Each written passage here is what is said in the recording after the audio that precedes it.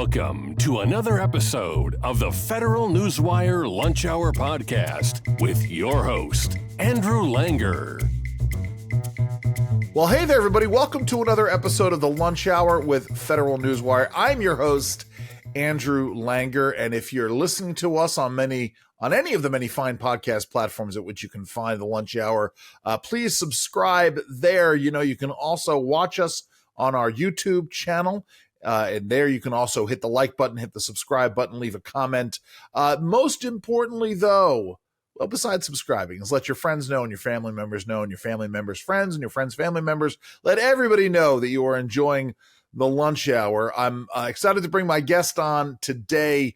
Had a couple of conversations with him on the radio. Love the work that he's doing.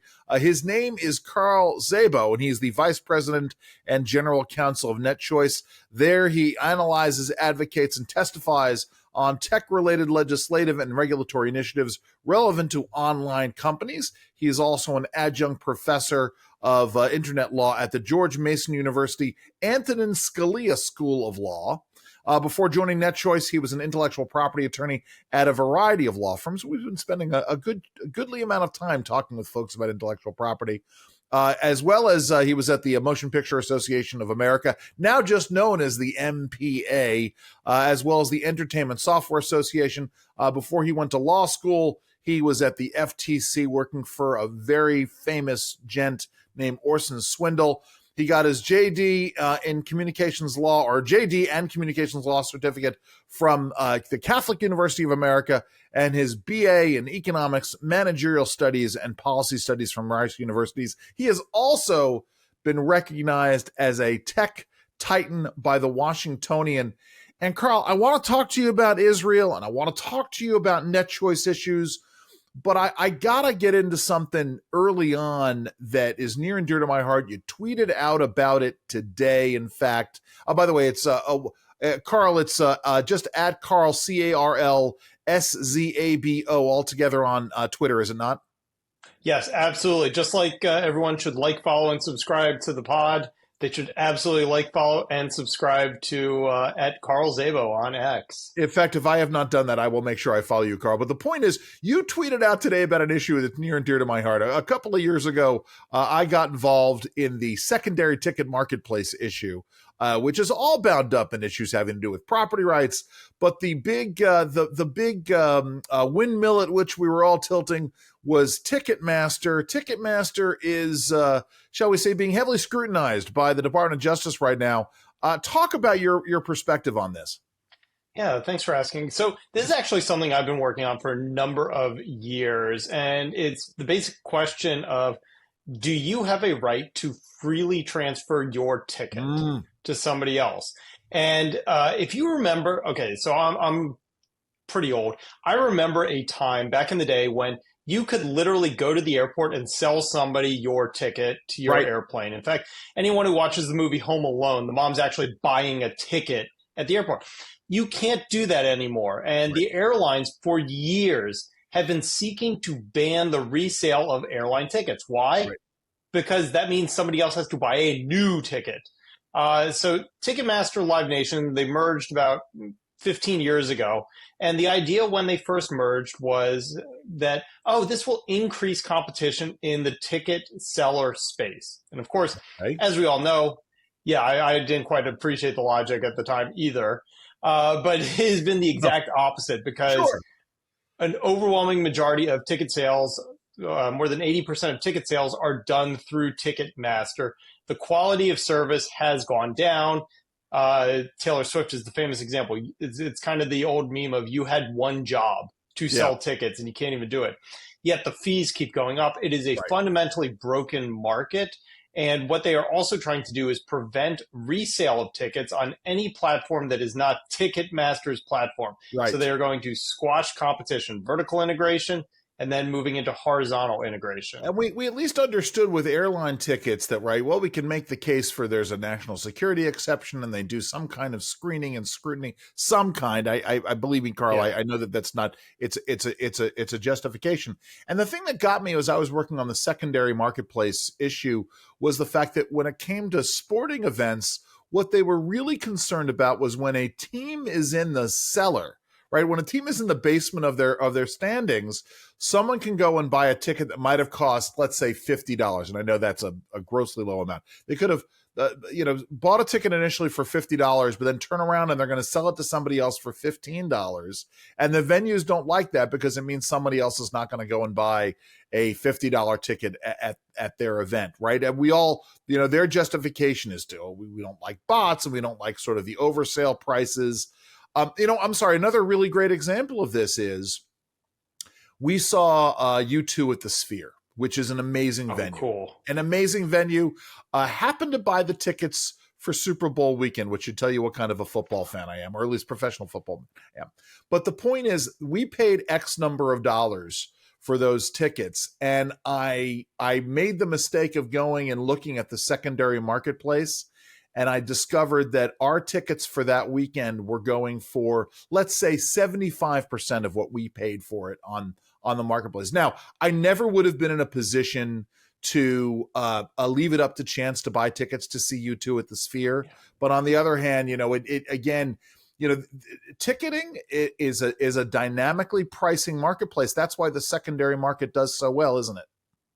Absolutely. I mean, I famously went to a Cubs game where they were playing the Nationals, a loser team back then, still a loser team today now again. And I literally walked up to the stadium. It was the second inning, and I bought tickets for $5. It was great for me. The ticket seller made $5 more than they would have otherwise, because basically the value of those tickets is quickly moving to zero as the game progresses and ultimately hits rock bottom in the ninth inning. So it is a perfectly operating, functioning marketplace, and it matches demand and supply perfectly and is free transfer. And I love the example of people often say, oh, well, the tickets for the most high profile events have gone through the roof and people are getting gouged. No, they're not. They're paying the price that they think is appropriate. Right. Simultaneously, I like to flip it on its head. Imagine Carl now going to that Cubs game where the ticket, as you described, Andrew, was probably $50 or $60. I'm saving $55. Right. I'm making a steal. So it works both ways. And you're probably going to turn around and wind up spending that extra $45 on a couple of drinks. On beer and popcorn and hot dogs. Absolutely. Right. It's a huge thing. But let me ask you this, because I was asked about this and was thinking about weighing in on this issue, right? Because I worked, as I said, on the secondary marketplace issue probably a dozen years ago. I loved it. It was great stuff. Working on the fan freedom issue with that coalition put together. My concern, and I'm sure you're going to correct me if I'm wrong here. My concern was about the heavy hand of the Justice Department dealing with this. I should not be so concerned about that, should I? So the thing is, and this is the concern. So essentially, when Ticketmaster and Live Nation were allowed to merge 15, 20 years ago, that became almost like a government-sanctioned monopoly is essentially what we're looking at right now. And just like you need government regulation utilities because it's a government-sanctioned monopoly, there is no regulation here. And part of the fundamental problem is because of the decreasing quality of service and increasing service fees, that is a fundamentally broken marketplace because right now there is no competition in the marketplace, really. In fact, there was a hearing 6-8 months ago where venue owners actually came in and said, look, we wanted to go to a non-Ticketmaster platform to sell our tickets, a better one, a cheaper one, one that integrates better with our systems.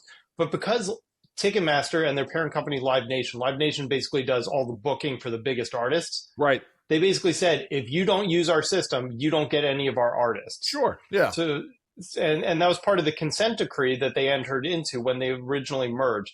So essentially, they broke their own contracts.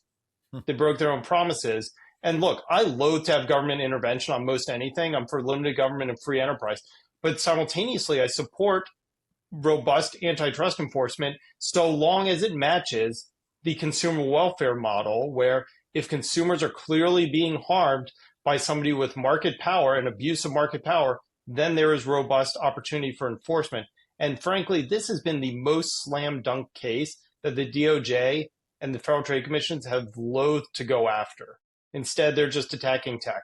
Yeah, I've thought long and hard about it. Part of what also helped me to come back around on this is the fact that the United Health Group's CEO is testifying before Congress this week, and it's a similar kind of a situation. You know, they control the vast amount of the market share.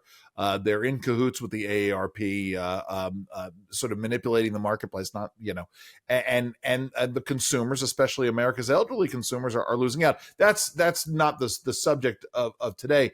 I just wanted to ask you because you had tweeted out about it. It's a fun issue. Yeah, well, right. It is. And as someone, you know, I am very interested in music and live music. I love seeing live music.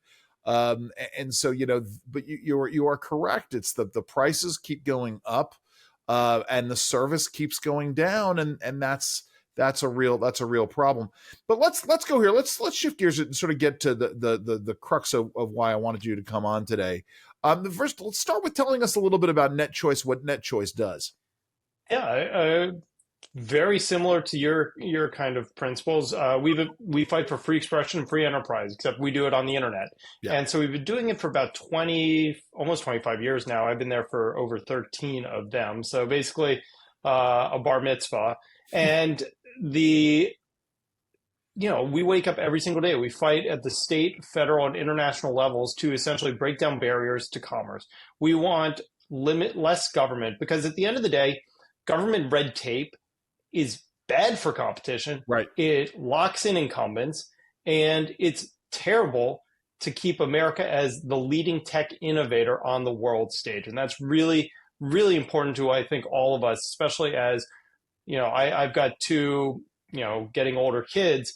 When I turn this country over to them, I want them to be in the best position possible. Right. That means we need to unleash America's innovation, not lock it down. Let's sort of shift also over to the general issue of intellectual property. So as I said, we've had a lot of discussion about this on this show. I've had recently had David Kapos on. I don't know if you're familiar with him. Mm-hmm. He was President Obama's head of the Patent and Trademark Office. He was an undersecretary for intellectual property, and he now runs the IP practice at Cravath, Swaine and Moore up in New York. And, you know, he's talked about the issue, the relationship between the strong protection of intellectual property and the twin issues of economic prosperity and innovation. Let me get your perspective on those things. So if you look at the U.S. Constitution, copyright is actually in the U.S. Constitution. It is one of the few powers that is delineated to Congress to appropriate. So I spent way too much of my life looking at especially copyright law. Sure. And, you know, copyright law, it makes sense. So the way it's structured is if you fix anything in what's called a tangible medium. So basically, if you write something down on a piece of paper, it is immediately copyrighted. If you take a picture, it's immediately copyrighted. This recording that we're doing is immediately copyrighted. Woohoo! And exactly, woohoo! So the ownership rights are clear. And what does that do? That allows creators to get paid for their creations. Right. But one of the big questions that I think is being raised, I think is pretty easy to answer, is the AI question when it comes to, the AI question and copyright law. Sure. So does AI fundamentally change the way we want to do copyright law? And I wrote an op-ed a couple months ago back in Reason Magazine entitled Ed Sheeran, Vanilla Ice, and a Monkey Walk into Copyright Law. And essentially what it kind of outlines is what is past is prologue. The wonderful thing about the United States of America is when we write our laws, we do not write them in a time-limited function. As in what I mean, if you look at Europe and many of the other parts of the world, they'll say, you cannot do X with, you cannot use AI, period. And then they'll start allowing you to do it. As opposed to the United States of America, we ban the bad action. So when it comes to copyright law, we say you may not violate copyright law. And the way copyright law operates, and the reason I use Ed Sheeran and Vanilla Ice, is there are famous cases of what is a derivative use, right, or a straight up copy. Straight up copy is I go to a Xerox machine. Sorry. Oh, yes. I take a picture and then it's a copy. I'm trying not to. A photographic, a photostatic reproduction. Yeah, exactly. I'm trying not to date myself here too much. Or you take pictures just want to violate somebody's trademark, but go ahead. Yeah. So that one actually became fair use, but that's a different kettle of fish. But similarly, if a derivative use is like the Lord of the Rings movie is a derivative of the book. So just because you make it in a different medium doesn't mean you suddenly are able to escape copyright law. But the thing about artificial intelligence is AI itself isn't either of those. It's not copy, nor is it a derivative use. Sure. But so the easy way to think about that is we recently had a case up at the U.S. Supreme Court with a portrait of Prince, and was it a derivative? It was an Andy Warhol painting. Was it a derivative use, or was it? Courts can look at this and figure it out. So that's one. So we don't need new copyright law. Second is when it comes to artificial intelligence, it's not the same product in, the same product out. It's very different. And so we actually have a case on point. It's the reason the monkey's in there is what's called the monkey selfie case. Oh, yeah. Oh, yes, absolutely. I remember this. Go ahead. Yeah. Please. So a zookeeper, a monkey grabs the zookeeper's phone, takes a selfie, and the picture goes viral. And the zookeeper's like, I want to get paid for that. And the court actually came out and said, no, you can't. Because in order to have a copyright, it must be created by a human, not a machine. Interesting. So when it comes to AI, the stuff that comes out of ChatGPT or Gemini or any of these products, you don't have a copyright on it. They don't have a copyright on it. Nobody has a copyright on it. It is a copyrightless product. Now, once you start changing it, adapting it, and using it in your own form, then you can begin to claim a copyright on that. I'll give you an example. I do 3 podcasts. Nobody should do 3 podcasts, by the way. Wow. I do 3. That's crazy. And for one of the podcasts that I do, I had somebody approach me with a logo, and I didn't like the logo. It was literally like someone had taken 2 pieces of clip art and smashed them together, and it offended me. So what did I do? I went on Midjourney. I didn't like what Midjourney was producing, so I went on Dolly, and I had Dolly produce a logo for this podcast. Now, what you're telling me is that logo is not copyrightable until I went and took it and I added my text to it. And because I added my text to it, now it's all of a sudden it's copyrightable. Exactly. And the logo would actually land more in trademark law. Of course. Yes, of course. Yeah. That. So, I mean, that's a wonderful thing about our intellectual property system is we have incredibly robust ways to protect creators. And that's not something that we need to throw out the baby with the bathwater. Well, what I love about this discussion is that it's very similar to the discussion that folks are having on the cryptocurrency side of things and regulation therein, right? Is cryptocurrency a currency? Is it a commodity? Or is it a security? And or is it none of the above? And I'm of the belief that it is none of the above, and therefore, the CFTC, the SEC, and the U.S. Well, maybe the Treasury has some kind of a skin in that game, but the current regulatory regimes don't apply. Or as we've talked about, or as we're going to talk about, the internet and regulating it like it's a normal like a normal telecommunications carrier, like an old school a phone network. I mean, this is, I guess, my overall question here, Carl, is when we have these new technologies, we do have to look at them in new ways, don't we? And why don't you dovetail that into the most recent efforts by the FCC, the announcement that they made a week before we recorded this podcast? Yeah. So when it comes to crypto, one of the things I like to think about is what is the problem we're trying to solve? Right. So Sam Bankman-Fried went to prison, and he didn't go to prison because of crypto. He went to prison because he engaged in a Ponzi scheme and committed fraud and wire fraud. So we have all these laws. We have acres worth of laws on the books. We just need to apply them. So whether it's crypto, whether it's AI, whether it's the internet, somebody commits a crime, we probably have a law to cover it. Sure. And oh, go ahead. No. It's just to me, you're absolutely correct. And then it comes down to the jurisdiction in terms of that law, in terms of what agency can come down. Like, I'm someone who believed that the SEC jumped the gun trying to go after Ripple and XLR. I don't know if you're familiar with that. And they got slapped down in court. Yes, thankfully, yes. But that's where I'm sorry. So you were still going. You were talking about this. You're absolutely correct. Especially given the breadth of federal regulatory law, we should be able to find a way to bring these things in on existing law without having to create whole new bodies of it. Yeah, and so what's going on at the FCC is you have a resurgence of what's called the net neutrality debate, and this is something that's been batting around DC for 20 plus years. It was enacted during the Obama administration. It was repealed during the Trump administration, and is being reintroduced under the Biden administration. And basically, long story short, what it says is you cannot have, quote, an internet fast lane. Well, most people say, oh, that sounds like a great idea. We should have that. Well, first of all, one of the things I like to level set with people is, and by the way, NetChoice is not taking a position on net neutrality one way or the other, but just to kind of give you the TLDR on it, we have government-created systems where you can literally pay to go faster.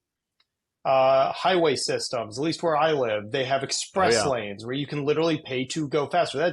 That's government-built roads, or at least business government-created roads. You have the USPS, where you put a stamp on the letter, and it will get there, maybe a couple of days, maybe a week, who knows. Or you can pay for it to go faster, 2-day delivery, overnight, express, all these features. And that's a government-created system. So what the FCC is trying to do is turn to every internet provider and say, you may not engage in that same offering of paid prioritization or priority mail or priority internet. And the way a lot of people sometimes tend to think about net neutrality is, if this goes into effect, it means I won't be able to get on the internet if I don't pay $1 bajillion. That's not the truth. You will get the same content. You will get the same resources. You just may get it 1/1,000,000th of a second slower. Now, hospitals may want to pay for that prioritization because they're doing highly intensive, critical stuff. Maybe they're having a doctor several states over engage in remote surgery. You have stock traders who certainly are willing to pay for faster lines. Like, they built their own internet lines just to do that once upon a time. So this is kind of the debate that's going on right now. It seems to be a bit more politic than it is fact-driven, and that's really unfortunate. If you don't mind me asking, why hasn't NetChoice taken a position on this? Or is it just not your mountaintop that, it's not...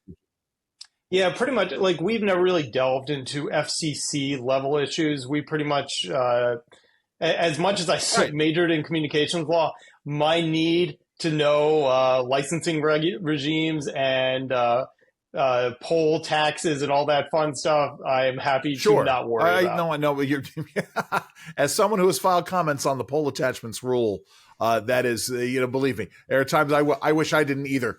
But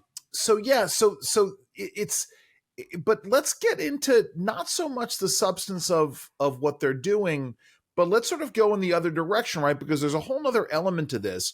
Certainly the idea originally under the Obama administration was to make sure that, like, the justification was, we need to make sure that there is not discrimination in terms of the information that is being transmitted. Well, now the folks pushing for so-called net neutrality, they don't care about information non-discrimination. They want to be able to discriminate on these things. In fact, there's a whole new national security effort to this. I have a feeling that you are as concerned as I am about, well, actually, talking about the issue of who's a publisher and what choices they can make and how that interplays. Talk a little bit about your perspective. It may not even be NetChoice's perspective, but your perspective on this, Carl.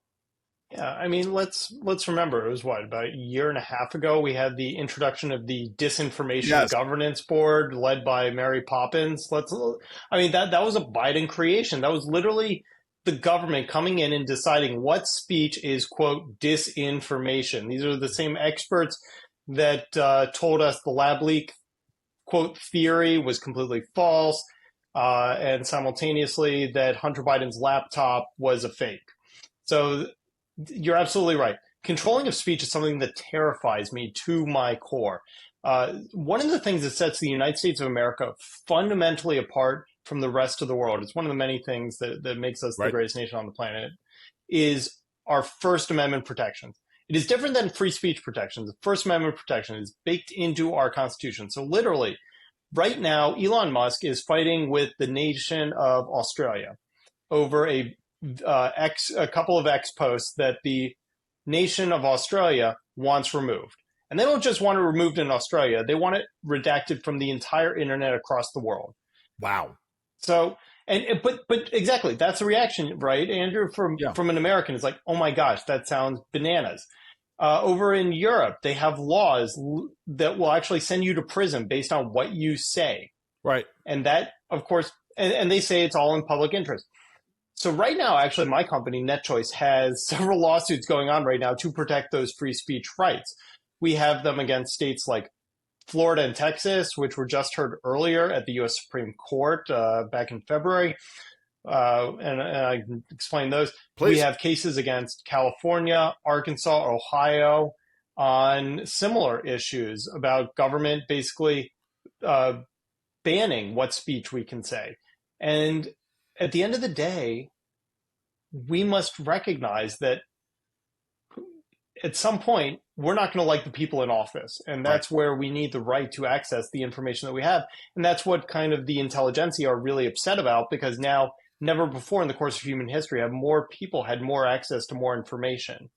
And that scares those who want to control that data. So let's shift gears then and talk about, one of my great concerns, which is that when the government can't do something directly, right? When the government can't regulate speech directly, they can't go out and silence somebody, or in the case of the Second Amendment, they can't ban guns, they can't ban ammunition sales and manufacturers.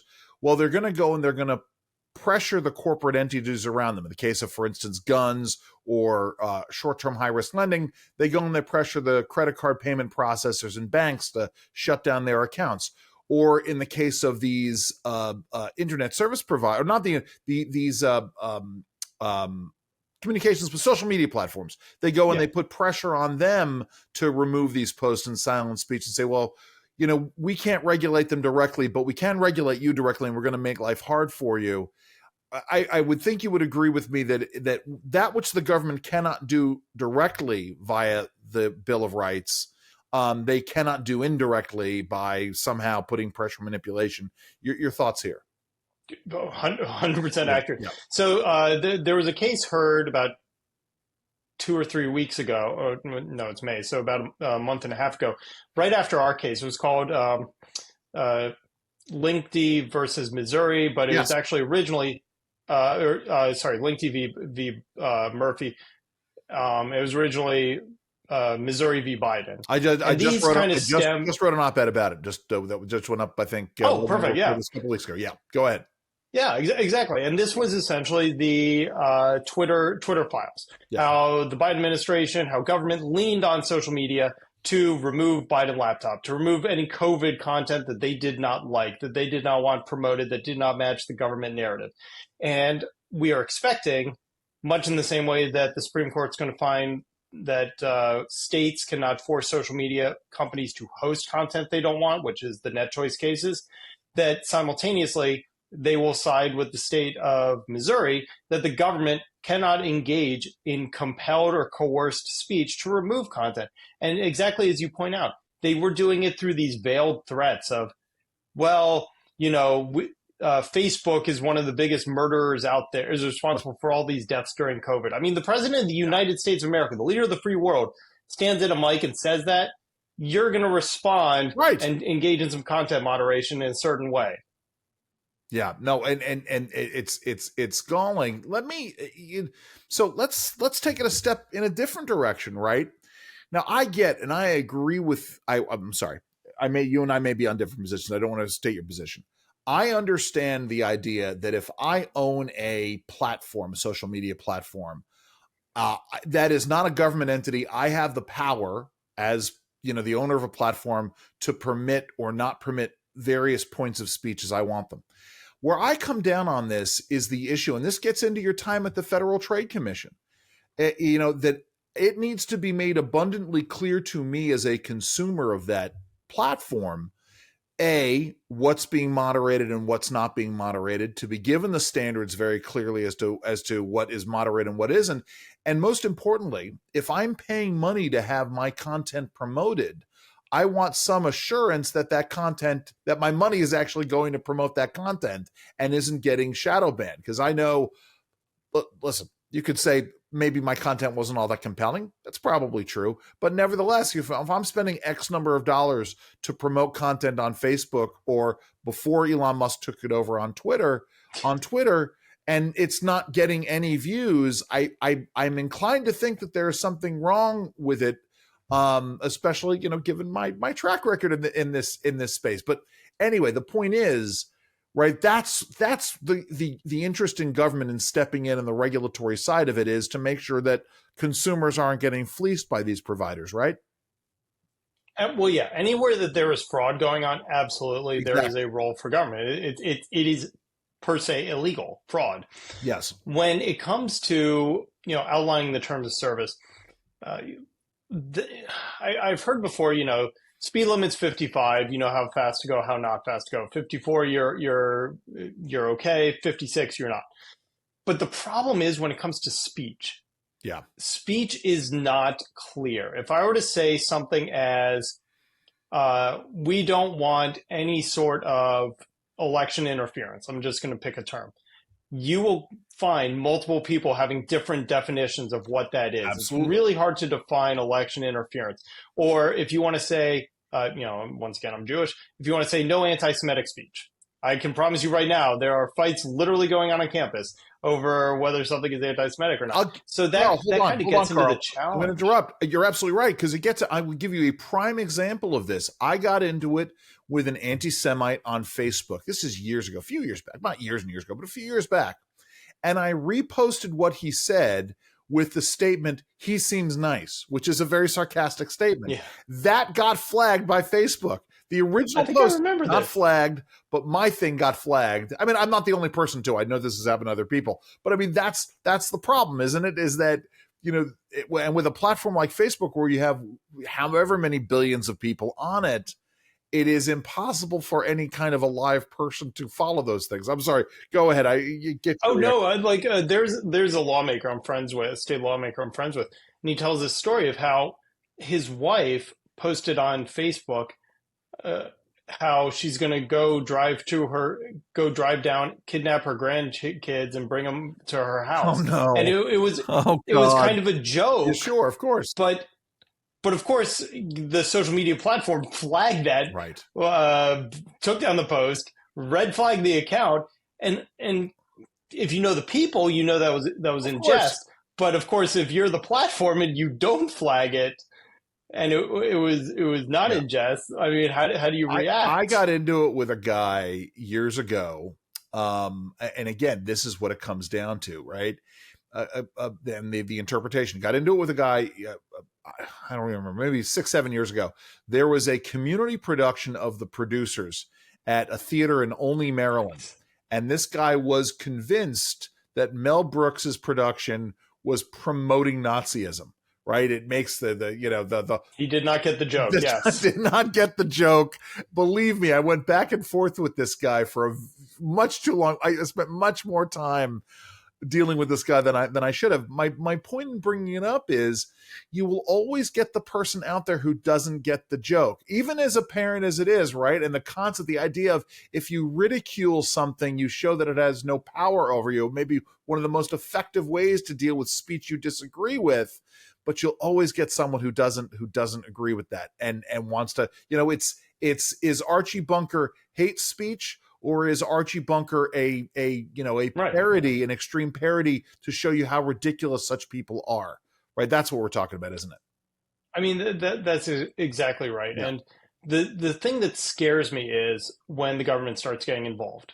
Because once again, you have this disinformation governance board. I do not think it is a coincidence that suddenly the Federal Trade Commission is bringing actions against Elon Musk and X. Right. Ever since Elon Musk bought Twitter. Right. It is not a coincidence that Elon Musk went from the darling of the liberals to the pariah that he is once he opened it up, because it was no longer their safe space. And now that the government is being kind of weaponized against Elon Musk in a multitude of different ways, whether it's the Federal Trade Commission going after him, whether it is the NLRB going after him because he's not hiring enough convicts, for secure national security space missions, you start to see the absurdity, but also the incredible power of the government. My favorite is though they're not punitive, they're not judiciously punitive, is going with an alternative satellite cable provider for rural Americans. That's 4 times as expensive as Starlink, just to spite it. Let me turn our attention to something else real quick, because I know your time is incredibly valuable. Because this is what I got contacted about with you. Let's talk about AI and AI regulation, and let's talk about what's going on in Israel and the importance of maintaining a healthy investment in AI research to promote and help protect places like Israel. Talk about that. So one of the most amazing pieces of technology that is literally saving lives right now is Israel's Iron Dome. Yeah. For those not familiar, that's when the missiles get launched from Gaza or from Palestine or from Iran, hundreds of drones, missiles, and they get shot down. They get shot down out of the sky. This was the technology that Ronald Reagan was talking about back when he got mocked for the Star Wars project. Right. The only way, and essentially what you're trying to do is, within nanoseconds of a launch, you detect the launch, you need to be able to calculate the speed, trajectory, intercept vector, launch counter rockets in split seconds. And essentially, one of the only ways to do that is through computers. Humans can't do that math fast enough to shoot it down. And this isn't just limited to Israel. We use this in our naval ships as well for ship-to-ship missiles and to knock those down to protect our Marines and our naval officers. And that is a great example of how artificial intelligence is being leveraged. Now, it's not the AI that most of us think about, whether it is what we were talking about earlier, whether it's like ChatGPT or Gemini or Midjourney, but it is machine learning. It is getting better. It is better at figuring out how to shoot down and track those missiles. The other place that it's being used pretty heavily is on the intelligence gathering and analysis. Interesting. Let's remember back to 9/11. After the 9/11 committee went through all the data, they found, we did know that these guys were going to strike the tower, but just we couldn't connect the dots. We failed to connect the dots. And that's why, in part, 9/11 happened. Well, you see all those movies and TV shows where the people have like files spread all over the ground and they're connecting it with string and push pins. Artificial intelligence can look at billions of pieces of information and remember it, analyze it, and provide potentially actionable information within seconds. So think about the maze of Hamas tunnels that are under the cities and under the hospitals. What AI can do is kind of look at the movement of trucks. They can look at the movement of vehicles. They can look at the movement of people based on satellite images and kind of figure out where those tunnels may or may not be. And put that all together and help develop a map for an underground system that basically almost nobody in Israel knows about. And that's the type of technology that is literally saving lives today. So you ask, why do I care so much? So right now we have an executive order from this White House. This White House loves executive orders. And not the good kind. Yeah, no, not at all. Not the executive orders that are actually shrinking government. These expand. And the largest executive order ever in U.S. history, came out from the Biden administration on artificial intelligence. They used something called the Defense Production Act, DPA. Yeah. Oh, yeah. And that was something created in the 1960s to basically get more tanks built. It was used by President Trump when we needed respirators for a worldwide pandemic of COVID. So that is a national emergency. Well, President Biden was up at Camp David, saw the movie Mission Impossible, the latest one, and artificial intelligence is heavily involved in that. Please tell me the story is not true, Carl. No, it depressingly is. He also didn't get the movie because the bad guy is actually government. Yeah. But he thinks the bad guy is AI and suddenly says, we need to do something on this, and uses the Defense Production Act to create the longest executive order in American history. And what does it do? It basically sends almost every government agency out to write more rules, more regulations to control the use, development, and deployment of artificial intelligence. Wow. So some of the rules that we're getting is, for example, we want to use artificial intelligence in hiring. People are like, wait, why? Well, because I get 1,000 resumes. Sure. And I want to make sure that people have a law degree. Okay, so I'm going to ask the computer, separate all the ones with law degrees. That's AI. Yeah. Well, that would be, but simultaneously, the Biden administration's agencies are saying you can't use AI for discriminatory practices. So now, because I need somebody with a law degree, I can't use AI to separate out the law degrees. We are also looking at something called a licensing regime, which we are quickly moving towards, something Speaker Johnson just spoke out very vehemently the other day. And a licensing regime would basically be the opposite of the way the United States works. Right now, you can build it, you can develop it, you can dream it, you can do it. Right. And if it breaks the law, then we'll stop you. What this would do is the other approach, the European approach of you may not do anything till we build it. This is the precautionary principle at work here now with AI. Instead of proving that something is harmful, the precautionary principle says you have to prove that it's not harmful, which is an impossible. Yeah, exactly. Prove a negative. Yeah. Yes. Wow. That is, and now let's talk about this. Talk about what happens if this goes forward. I mean, I know it's an executive order. Thankfully, executive orders can be changed relatively easily with a new administration coming in. But what happens if something like this is allowed to stay? What happens if you have to start getting licensed? What does it mean for a nation like Israel? So let's remember, Israel's population is about the size of Manhattan. Yeah. It's a very, very small country. It's a very small population. So why is it such a big deal? Well, yes, it's in a very contentious part of the world. Yes, it's the only democracy down there. Yes, it's the home to the Jewish people. But it's also a place where innovation technology is one of their greatest resources. So some of the best security experts in the world reside in Israel. That's because they recognize, look, this is pretty much a desert. We can't really grow or ship anything out of here. So we got to sell something as intellectual property. Right. It is technology. And so if we start stifling the ability to develop and innovate artificial intelligence, we are going to be cutting off part of the lifeblood of Israel. Simultaneously, a lot of American businesses provide back-end services with artificial intelligence to make the systems like keeping the electricity on during attacks, shooting down the incoming missiles possible.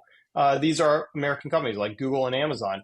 And we need to make sure that they are given more power and more authority to actually expand, develop, and innovate these life-saving technologies to literally save lives in the Middle East. Amazing. Listen, this is amazing stuff, and I agree with you here.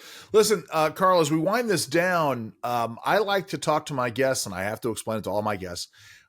At one point before I was bringing this podcast online, I was thinking about doing a podcast talking to folks involved in public policy and involved in politics about things that have nothing to do with those things. That, what's their outside interest? Because I think it humanizes folks, to sort of get an understanding. So let me ask you, when you're not doing this kind of work, how are you spending your time? What are some of your outside interests? Okay, well, in part, you can see behind me, for those on the pod, I've got a bunch of Legos, nice. Star Wars Legos, miniature figures that I paint. So yes, I'm earning all of my nerd cards. I like to play video games. Who doesn't? Except for my son. But there's an old joke: a vegan, a CrossFitter, and an atheist all walked into a bar. Because they told everybody within 10 minutes. So I am one of the CrossFitters. I'm not an atheist, nor am I a vegan, certainly. But that's actually one of my biggest happy places is exercise. Nice. Because at the end of the day, it's me against me, whereas everywhere else, it's me against the world. And ideally, there are more people like you and your listeners out there who can actually help us fight against this absurd government overreach and anything that limits free expression, free enterprise. We have to do it. There's nothing. It's been an overriding theme on this show has been the issue of free speech and free expression on both the left and the right. That's been a fun conversation to have with old school progressives who are as aghast as you and I are about what's happening with free speech. Andrew, wait, let me just throw in. Also, my kids and my wife, because if she's listening, she'll kill me if I didn't mention her. No, and I get that. I get that as well. You teach at George Mason. Real quick, I mean, listen, my alma mater, William and Mary. Things are relatively on an even keel there. I suspect the same at George Mason. What's things are okay at George Mason these days? Yeah, for the most part. I mean, one of the wonderful things, especially about the law school, is you are required to take an economics of the law class to graduate. And what that forces all of the students to do is recognize money doesn't fall from trees. It's not from Uncle Joe. It's from businesses, it's from people, and everything has cost benefit analysis. When I taught the regulatory process class at William and Mary, I would one of the very first assignments I would give my students is to go to regulations.gov, and they would have to go and pull one proposed rulemaking out of stuff that had come open for comment in the last 7 days and stuff that was coming closed for comment in the coming 7 days. And the idea was to give them an idea as to the breadth of power, the breadth of things the federal government was involved in. It was always nice to watch that eye-opening experience. How do folks find out more about the good work you're up to, Carl? Yeah, thanks for asking. So I think we mentioned you can follow me at X. I'm at Carl Szabo, CarlSza, B as in boy, O as in October. You can learn more about NetChoice at netchoice.org, netchoice.org, and we are also at NetChoice on X. Once again, like, follow, and subscribe. Right? Leave your comments down below. Isn't that what the kids say? Absolutely. That's exactly what they do. Thank you, Carl, for joining us today. Thanks for having me. As he said, like, subscribe, leave a comment wherever you're consuming the lunch hour, whether it's on YouTube or on one of those fine podcast platforms. And please spread the word to everybody else. I'm your host, Andrew Langer. Enjoy the rest of your lunch. This has been the Federal Newswire Lunch Hour Podcast, hosted by Andrew Langer. Check out the Federal Newswire's family of websites, as well as their social media stream.